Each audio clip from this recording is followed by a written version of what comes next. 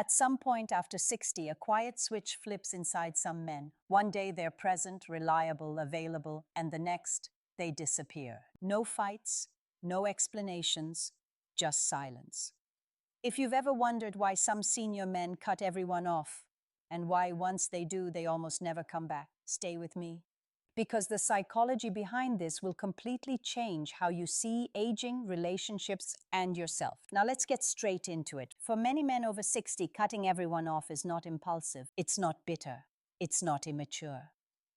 It is usually the final stage of a long psychological journey, one that began decades earlier.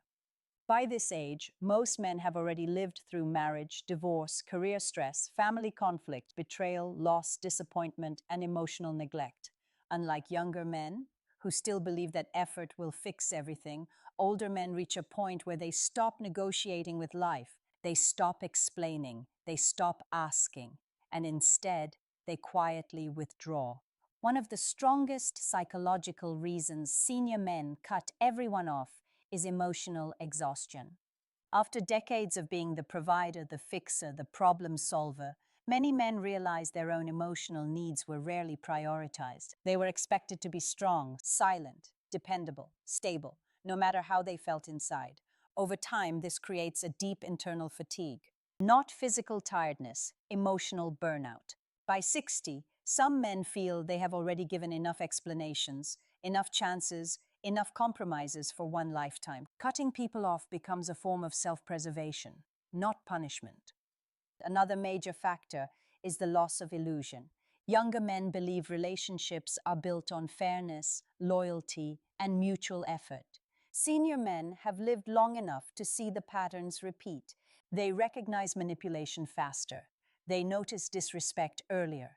They sense emotional games almost immediately. And once the illusion of "if I just try harder, it will change," disappears, tolerance drops sharply. When an older man cuts someone off, it's rarely sudden for him. It's sudden only for the people who ignored the warning signs. Now, here's where it gets really interesting, and this is something most people completely miss. After 60, there is a powerful identity shift. Many senior men no longer define themselves by roles. They are no longer trying to prove they are a good husband, a good father, a good worker, or a good partner. They begin defining themselves by one thing: peace. And peace has a ruthless standard.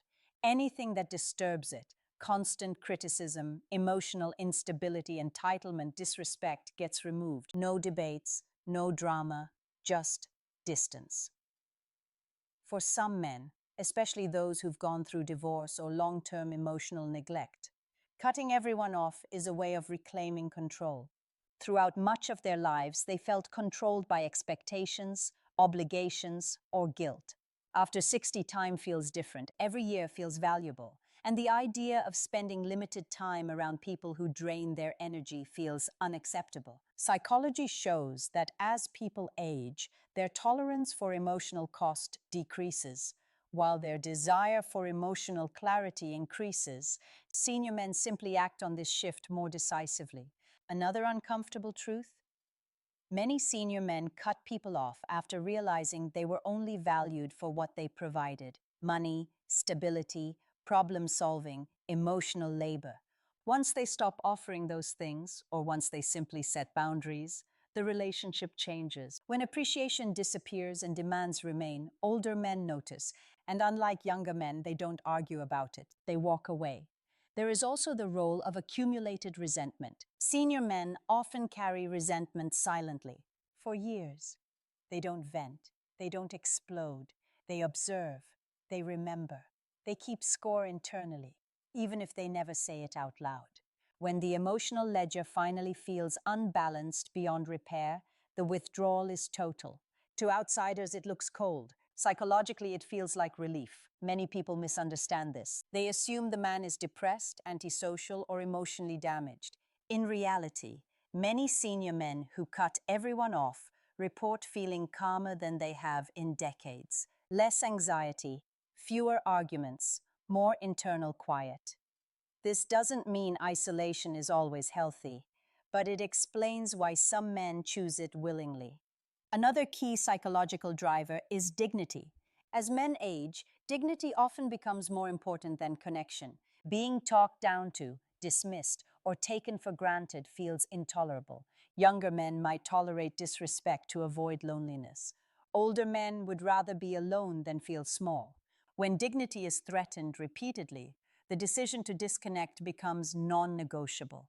Research shows that as people age, emotional regulation actually improves. Older adults are less reactive and more selective. Senior men are not emotionally numb, they are emotionally selective. They invest only where they feel respected, understood, and at peace. Everyone else fades into the background.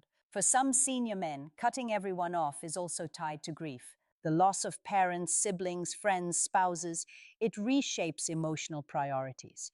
After enough loss, some men stop attaching easily. They become careful with emotional investment. Distance feels safer than disappointment. Silence feels safer than vulnerability. It's important to understand this behavior is rarely about hatred. It is about boundaries that came too late. Many men wish they had learned earlier how to say no, how to leave, how to protect themselves emotionally. After 60, they finally apply those lessons, sometimes too strongly, sometimes abruptly, but almost always deliberately. One of the most important psychological truths is this: senior men do not cut everyone off because they don't care. They cut everyone off because they finally care about themselves. Open loop into part 2. Now, in part 2, we're going even deeper. What actually happens after senior men cut everyone off? How does it change their mental health? How do the people around them react? And most importantly, what separates the men who find real peace from the ones who slowly disappear into emotional numbness? If this is resonating with you, hit that subscribe button right now and stay with me for part 2. Because what's coming next will challenge everything you thought you knew about solitude, strength, and connection after 60. Part 2, welcome back. In part 1, we talked about why senior men cut everyone off: the exhaustion, the identity shift, the loss of illusion. But here's what most people never ask: what happens inside a man after he does it? Because the answer is not what you'd expect. When senior men cut everyone off, something unexpected often happens first: relief, not happiness, not excitement, just relief. The nervous system calms down. The constant anticipation of conflict disappears. There is no one to impress, no one to explain themselves to, no one to disappoint.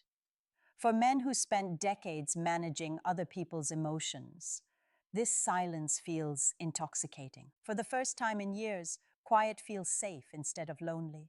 But that relief doesn't always last in the same form. Over time, it evolves. Some men turn that quiet into strength, clarity, and purpose. Others slowly drift into emotional numbness without even realizing it. This is why the psychology of cutting everyone off after 60 is so complex. It can be empowering or damaging, depending entirely on what replaces the noise. Many senior men report that once they withdraw, they begin to rediscover parts of themselves that were buried under obligation. Hobbies return. Curiosity returns. They read more, walk more, think more. Without constant external influence, their internal voice grows louder and clearer. This is one reason why some older men look calmer and more grounded after they disconnect. They are no longer living in reaction mode. Close the loop. Open the emotional loop. However, there is another side that rarely gets discussed, and this is critical.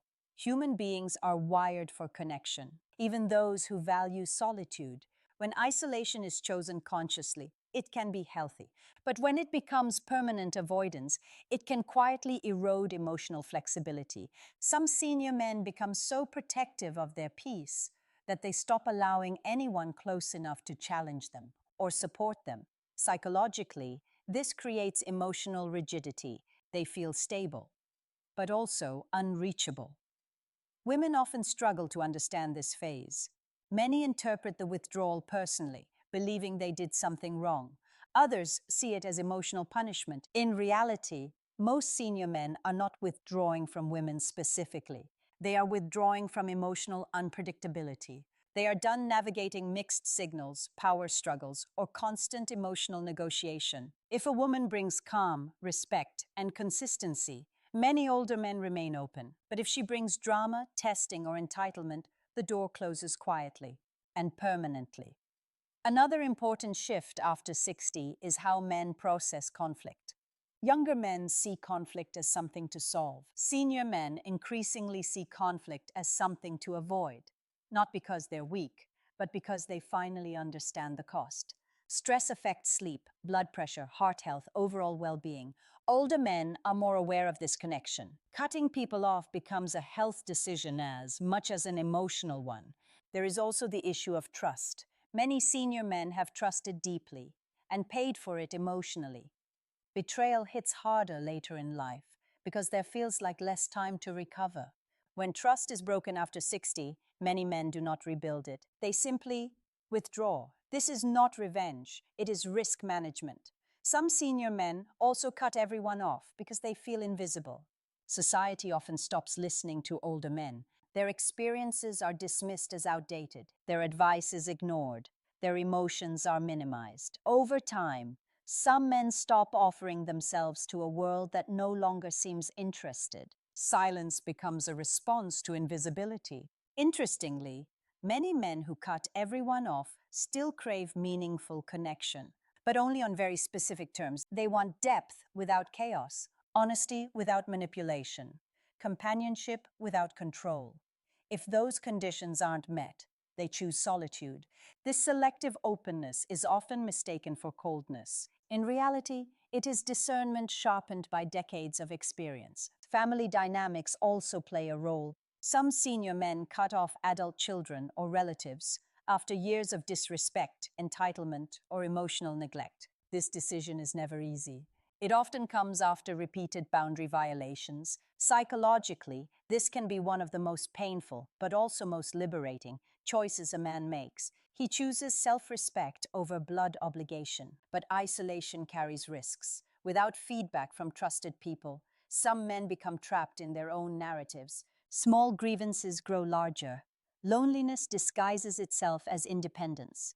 This is why the healthiest senior men don't cut everyone off. They cut off the wrong people. They keep one or two meaningful connections that offer honesty, warmth, and mutual respect. There is also the danger of emotional shutdown. When withdrawal becomes a habit, emotions flatten. Joy dulls. Sadness numbs. Life becomes orderly, but colorless. This is not peace. This is emotional starvation. Senior men who truly thrive learn to balance solitude with selective connection. Final loop. Close everything. The most psychologically healthy outcome occurs when a man cuts off chaos, but not humanity. He protects his peace without building walls so high that nothing can enter. He learns that boundaries don't require disappearance, that distance doesn't require silence, that solitude doesn't require bitterness. For women trying to understand a senior man in this phase, this is the key insight. Chasing him rarely works. Questioning him rarely works. Guilt rarely works. Respect does. Calm does. Consistency does. If he feels safe, he may slowly reopen. If he feels pressured, he disappears further. For the men watching this, the deeper question is not whether cutting everyone off was right or wrong. The question is this: what are you building in the quiet? Peace is powerful, but it must be lived, not just protected. Solitude can heal, but only if it is chosen consciously, not used as armor. Some of the most fulfilled senior men are those who learned this balance. They cut off disrespect. They cut off drama. But they stayed open to sincerity. They allowed companionship without surrendering self-respect. They learned that peace and connection are not opposites. They are partners. Final close. Call to action. If this message resonated with you, take a moment right now to reflect on your own life. Are you cutting people off to protect your peace or to avoid pain? Are you choosing solitude or hiding in it? Awareness is the difference between strength and stagnation. If this video spoke to you, like it, subscribe to the channel, and drop your thoughts in the comments below. Your experience matters, and your story may help another man realize he is not alone. Vidike Sonnet 4:6.